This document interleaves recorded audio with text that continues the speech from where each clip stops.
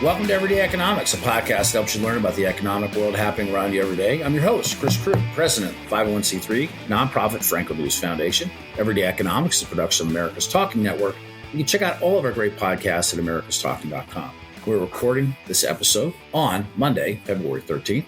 And joining me, as always, is Dr. Orphe Divounguy, PhD economist. Dr. O, want to jump right into this subject matter. This is, I think, perhaps something that we are seeing a lot more of recently. And that is a little bit of financial pain at home. That for the first couple years of the pandemic, we applied a tremendous amount of stimulus across the board.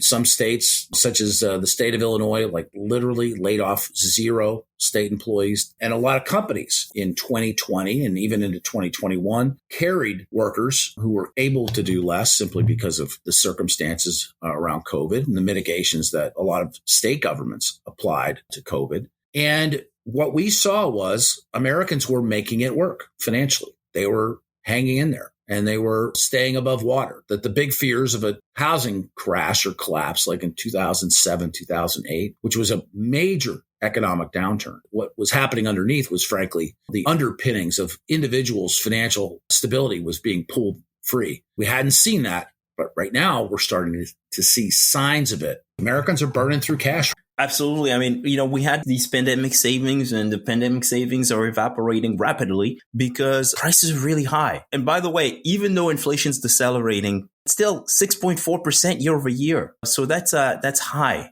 That's very high. And I think that combined with the fact that the Fed raised interest rates, meaning credit card debt, is probably increasing for most families, right? Because, if you were comfortable, you're going to have to make some serious adjustments due to the fact that your interest rates on your credit card has also increased. There was a report recently by TransUnion that showed credit card debt increased by 19%. And it's not because Americans are spending more. No, it's actually consumer spending has actually pulled back significantly in the last quarter of last year. So the increase in credit card debt is mostly because interest rates have gone up. And I think that's worrying. What's even more worrying is that the decline is disproportionately affecting lower income families.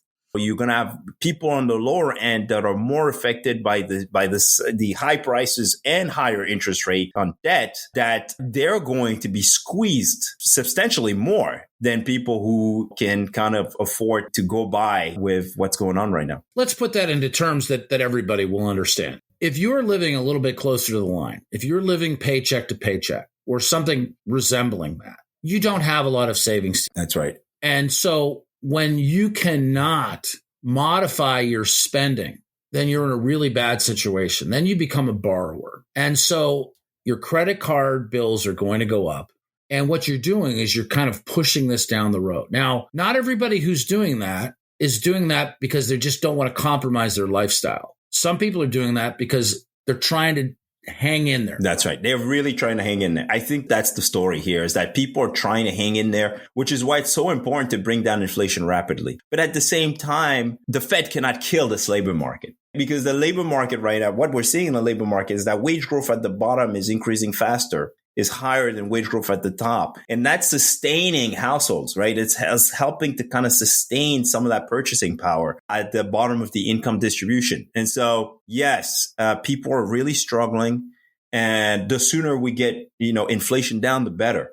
What's also interesting about this is that consumption at the top, people at the top are less likely or actually save at a higher rate is what I should be saying. Save at a higher rate than people at the bottom.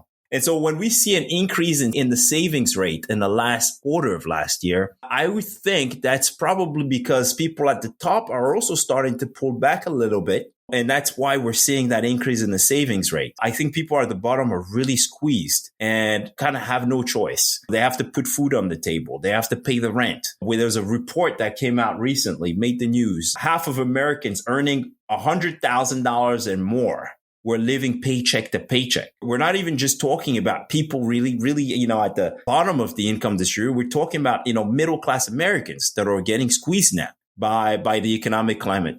I'll tell you, I start to sound like an old man when I say things like this. But, I look back at the generation that's behind me and then, now because I'm in my mid-50s. There's another generation behind that that's in this workforce. And there are some highly talented, highly capable, and highly paid people that are in the generations behind us. I never thought of my age demographic as being terribly old school, right? I mean, we grew up analog, but we've had access to digital. People my age understand how to use the internet. Their VCRs don't just flash 12 like our parents did. But the generations that are behind us and the way that they dispose of their disposable income and run their bills up, and I think some of the clout related things that they chase, I find it fascinating. Big vacations, cars, homes, apartments, things that just seem to be like kind of beyond their means, an expectation that you graduate from college, you get a job, and you should be able to live on your own, simply because that's something that you deserve, regardless of what your financial situation is. I really think that there's just something absent in terms of economic literacy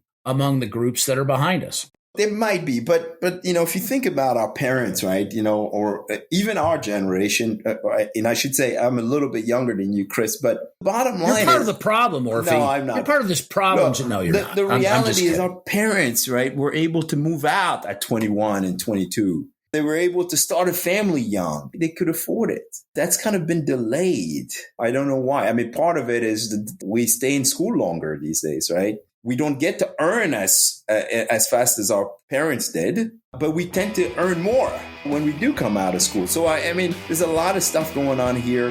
I don't think we have time to unpack it all. And maybe that's for another show. Yeah, I like that idea. Let's call it good there. For Orphe Divounguy, this has been Chris Krug. Subscribe to Everyday Economics and dozens of other quality podcasts at americastalking.com.